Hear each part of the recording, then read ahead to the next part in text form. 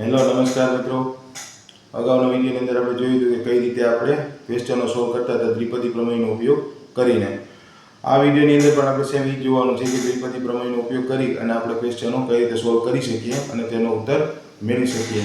Simple આપણે એ જોવાનું છે કે અહીંયા કઈ રીતે આપણે એનો ઉકેલ મેળવી શકાશે ઇઝીલી અને તેને સોલ્વ કરી શકાશે। કેમ કે અહીંયા જે બે ક્વેશ્ચનો આપેલા છે સ્વાધ્યાય 8.1 ના ક્વેશ્ચન નંબર આપણે 11, 12, 13 અને 14 આપેલા છે કે તેની અંદરથી આપણે બે સાબિતીના ક્વેશ્ચન છે અને એક કિંમત શોધવાનો ક્વેશ્ચન આપેલો છે। તો દ્વિપદી પ્રમેયનો ઉપયોગ કરવાનો છે અને તેની બેની સાબિતી કરવાની છે અને એક ક્વેશ્ચનને આપણે કિંમત શોધીને આપવાનો છે। તો તમે જુઓ વિડીયો સ્વાધ્યાય 8.1 ના છેલ્લા 3 ક્વેશ્ચનો તે કઈ રીતે સોલ્વ થાય છે અને તેની કિંમતો મળે છે। તો તમે જુઓ વિડીયો। હેલો નમસ્કાર મિત્રો। આપણે એક્ઝામ્પલ નંબર 12 આપેલો છે કે x + 1 ની 6 ઘાત પ્લસ x - 1 ની 6 ઘાત તે પરથી આપણે અન્ય √2 + 1 ની 6 ઘાત પ્લસ √2 - 1 ની 6 ઘાતની કિંમત મેળવવાની છે। તો આપણે દ્વિપદી પ્રમેયનો ઉપયોગ કરી અને આ સમીકરણ સોલ્વ કરી અને આપણે કિંમત શોધવાની કીધી છે। તો સિમ્પલ અહીંયા તમે જુઓ દ્વિપદી પ્રમેયનો ઉપયોગ કરી અને આપણે કઈ રીતે એને સોલ્વ કરી શકીએ। તો સૌથી પહેલાં x + 1 એની 6 ઘાત અને x - 1 એની 6 ઘાત આ બંનેનું આપણે અહીંયા દ્વિપદી પ્રમેયનો ઉપયોગ કરી અને વિસ્તરણ કરીએ।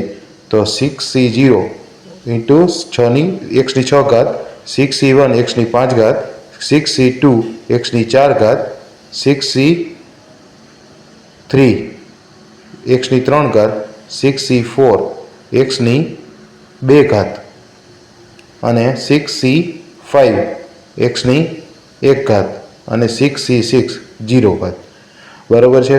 હવે તમે જોશો અહીંયા તો અહીંયા આવશે પ્લસ 6c0 x ની 6 ઘાત માઇનસ 6c1 x ની 5 ઘાત પ્લસ 6c2 x ની 4 ઘાત માઇનસ c6 x ની 3 ઘાત પ્લસ 6c4 x ની 2 ઘાત માઇનસ 6c5 x ની 1 ઘાત પ્લસ 6c6 બરાબર છે। હવે તમે સિમ્પલ આને સોલ્વ આઉટ કરશો તો મળશે તમને 2 * 6c x ની 6 ઘાત પ્લસ 6c2 x ની 4 ઘાત પ્લસ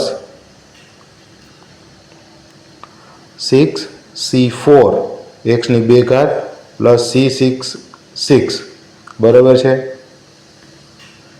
2 * x ની 6 ઘાત પ્લસ 15x4 15x² પ્લસ 1 તમે હવે આ જે સમીકરણ છે એમાં તમે x બરાબર √2 મૂકી દો એટલે નીચેનું સમીકરણ બને છે। તો નીચેનું જે સમીકરણ બને છે તેનો ઉકેલ આપણે સિમ્પલ ઉપરના સમીકરણમાં કિંમત મૂકી અને શોધશું કે શું જવાબ આવે છે।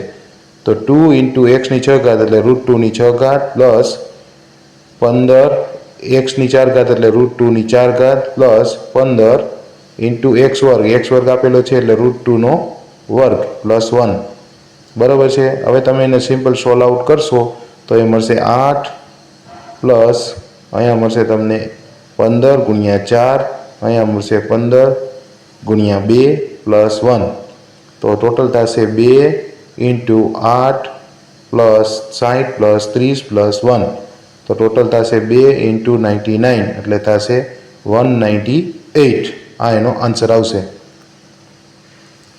હવે એવી જ રીતે એક્ઝામ્પલ નંબર 13 આપેલો છે કે બતાવો કે ધન પૂર્ણાંક n માટે n⁻n+1 - 8n - 9 એ 64 વડે વિભાજ્ય છે। એક આપણને દ્વિપદી આપેલી છે એ દ્વિપદી 64 વડે વિભાજ્ય છે એક ધન પૂર્ણાંક માટે બરાબર છે। તો આપણે સૌથી પહેલાં એ સાબિત કરવું હોય બરાબર છે વિભાજ્ય 64 વડે છે કે એમ તો તેની પહેલાં આપણે સાબિત શું કરવું પડશે કે જે એના વડે વિભાજ્ય છે તેને ગુણાકારમાં કેટલા આવે છે તે સાબિત કરવા માટે પહેલાં 9n+1 - 8n - 9 = 64k k બરાબર શું આવશે k બરાબર શું થશે તો થશે પ્રાકૃતિક સંખ્યાઓ બરાબર છે કે જે ધન પૂર્ણાંક જે આપણે કીધો છે એ પ્રાકૃતિક સંખ્યાઓ 64 બરાબર આવશે તો જ આપણને ખબર પડશે કે ભાગી શકાશે કે કેમ. તો દ્વિપદી પ્રમેય મુજબ તો શું થશે 1 + a raise to m is equal to mc0 plus mc1 mc2 એનો વર્ગ plus mc plus plus plus mcm a raise to m બરાબર છે.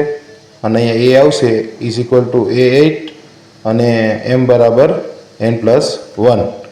હવે તમે જુઓ તો આપણે સમજાશે. આપણે ઉપરનું જે ઉદાહરણ છે તે પ્રમાણે જઈએ. 1 + 8 n+1 અહીંયા શું થશે n+1 c0 અહીંયા થશે n+1 c1 8 બરાબર છે. એવી જ રીતે અહીંયા n+1 c2 અહીંયા થશે 8નો વર્ગ.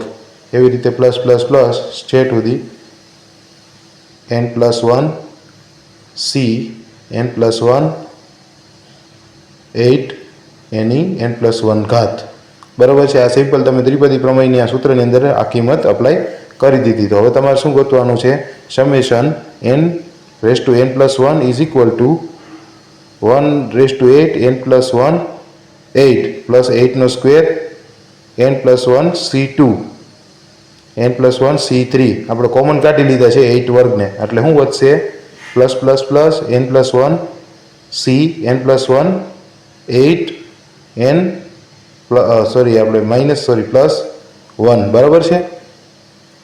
હવે તમે સિમ્પલ અહીંયા જોશો તો તમને સમજાશે કે n/n+1 - 8n - 9 is equal two 64k જ્યાં k